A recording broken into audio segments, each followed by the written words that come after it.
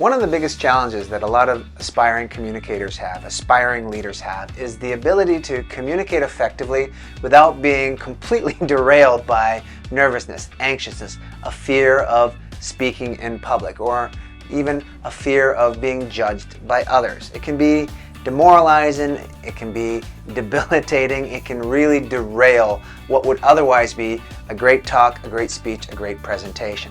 And that's why I put together this video series. It's designed to give you a series of just strategies, different strategies that you can apply in different settings that will help you manage, mitigate, and move past a lot of these fears and anxieties that come with addressing people in public situations.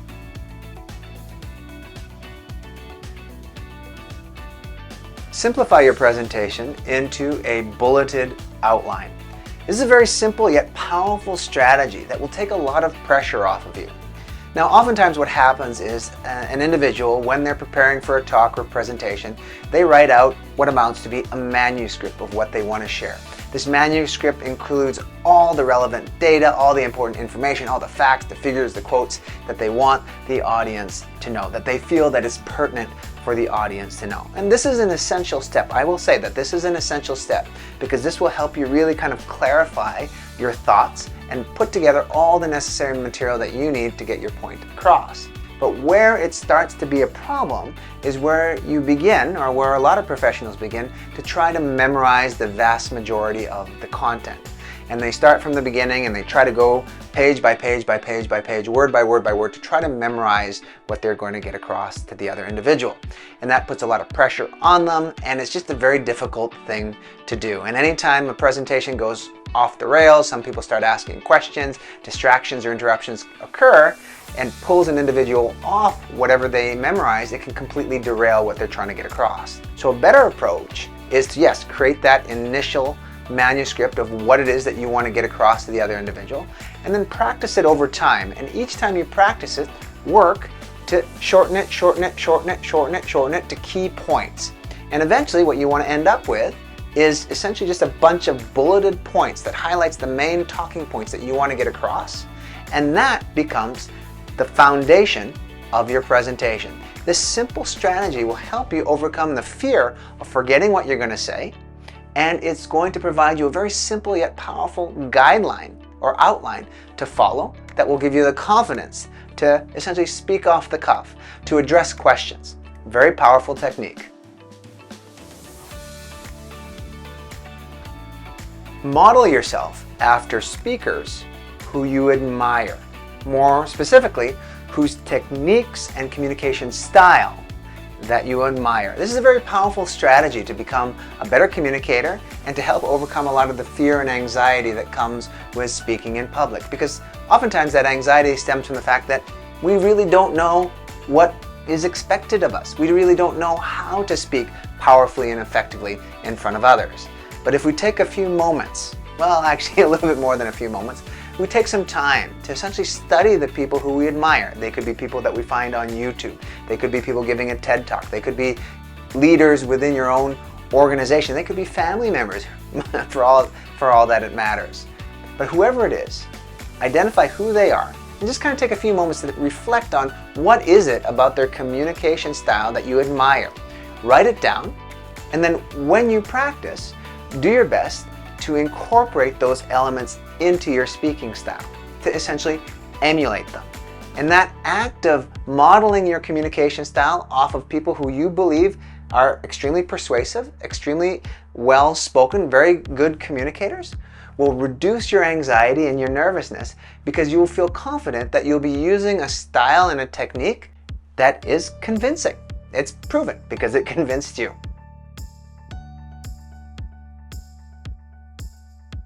There are no two ways around this.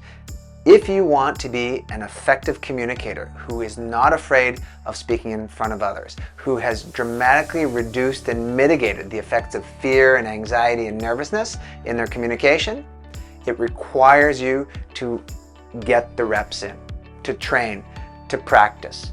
And one of the best ways to get practice in is to practice in low stakes environments.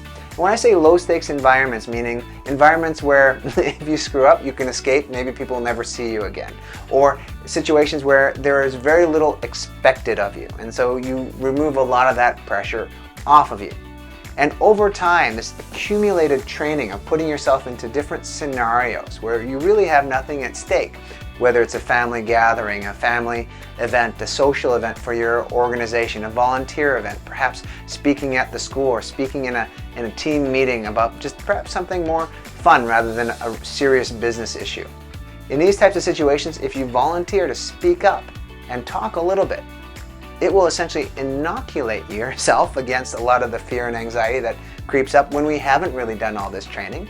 And number two, it will build up your confidence because you have done a lot of practice. You've seen a lot of potential scenarios that could play out. Distractions, interruptions, rude people, people walking out.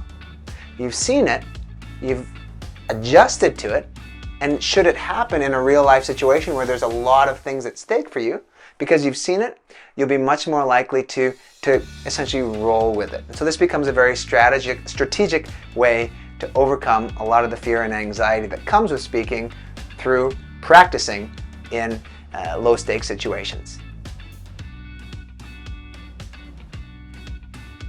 In the 1930s, Harvard physiologist Walter Cannon coined the term fight or flight.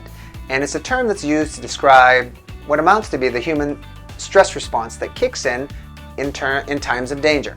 Times of danger such as you're walking down a dark alley and a mugger jumps out from nowhere. It gives you the energy to run away, it gets the stress hormones flooding through your system, adrenaline and cortisol helping you escape. It kicks in your sympathetic nervous system so that your body is recruiting the right muscles so it can escape from danger. The unique thing about human beings is that same fight or flight kicks in when we have mental stress, such as giving a presentation or giving a talk. And that is why a very powerful way to help mitigate the effects of that stress response that kicks in when you start feeling the anxiety about giving a talk, a presentation. Maybe someone who comes into your talk who you weren't expecting, maybe the head of the department, the CEO, and then all of a sudden the stakes have dramatically increased. Or perhaps someone has told you that your 10-minute presentation has to be done in 5 minutes. Or the audience that you expected to be 10 people are now 100, right? All of a sudden, your stress response kicks in. And so based on that, a very powerful tactic to reduce or quell that stress response is twofold. One is moving your body, and the second is what's called 4x4 box breathing. And moving your body essentially requires you to, when you feel that stressor kicking in, to go for a walk, do some running on the spot, doing some jumping jacks without sweating. And what that's going to do is essentially replicate running away to some degree. It just essentially allows your body to flush out the adrenaline, the cortisol that starts flooding through the system.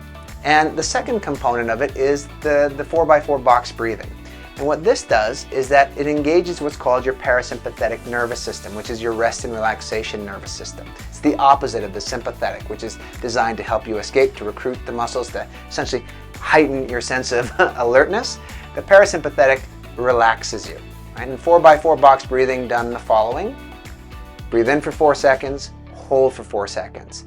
Breathe out for 4 seconds, hold for 4 seconds. Repeat over and over and over again until you feel like your body is relaxing. And that's capitalizing on the parasympathetic function of relaxing your heart rate and your body and to essentially lower your level of arousal that kicked in as a result of the fight or flight.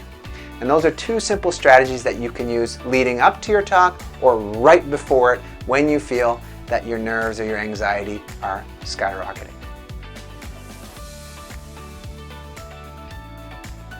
I would say the most uncomfortable situation that I usually find myself in, quite often actually, that causes me a lot of stress, a lot of anxiety, a lot of nervousness when speaking, is when I walk into a room and I don't know anyone.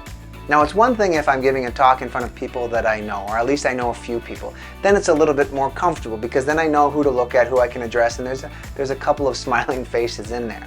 But then when in situations where I walk in, I don't know anybody, it's really uncomfortable because all I see is essentially a bunch of stern faces, a bunch of strangers. And in my mind, I'm thinking, what I would probably be thinking if I was in their shoes. I'd be thinking, who is this person? Why should I listen to them? I'm trying to size that individual up. And that's something that you probably are going to have to struggle with or deal with at some point in your speaking communication career. How to deal with people that essentially are strangers to you, how to break the ice. Now, there is a term in psychology called the liking bias. And the liking bias essentially amounts to the fact that we tend to give a little bit more leeway, a little bit more freedom. We trust a little bit more people that we like. And so that explains why when we communicate with people that we know and we trust, we have some sort of relationship with, it's easier to connect. It's easier to talk to them. But with strangers, there is no liking bias really involved. And so the key here with this strategy is to bridge that or make that liking bias work for us very, very quickly. And you do that by establishing rapport. That's essentially the stopgap measure of establishing quick rapport very, very quickly. And a very powerful yet simple way to do this is when you go face-to-face into a meeting where there's a whole bunch of people that you don't know. Start off going up to several people and just introducing yourself, extending your hand, smiling, saying hello, saying that you're the speaker, or just introducing, or just making some sort of small talk, making hand contact, or either through a handshake or a fist bump, and making that connection. And that small change, that small act will create a little bit of a liking, a little bit of a connection with that other individual. And then all of a sudden, when you're speaking, you're no longer speaking to a group of strangers. You have a few allies that you can look at. The second situation that I would challenge you to think about is online, right? You can't necessarily make a handshake or a fist bump online. In that type of a situation, the best way to do that I've found is to arrive a little bit early and just start small talk with people as they arrive to the meeting, to the event. Okay? That's a very simple strategy to overcome a lot of the anxiety and nervousness that comes with public speaking, especially in front of strangers.